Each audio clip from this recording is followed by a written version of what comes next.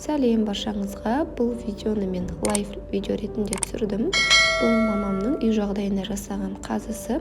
Маринадына не қосқанын описанияға жазып кетемін. Қызық болса бірге қарайық.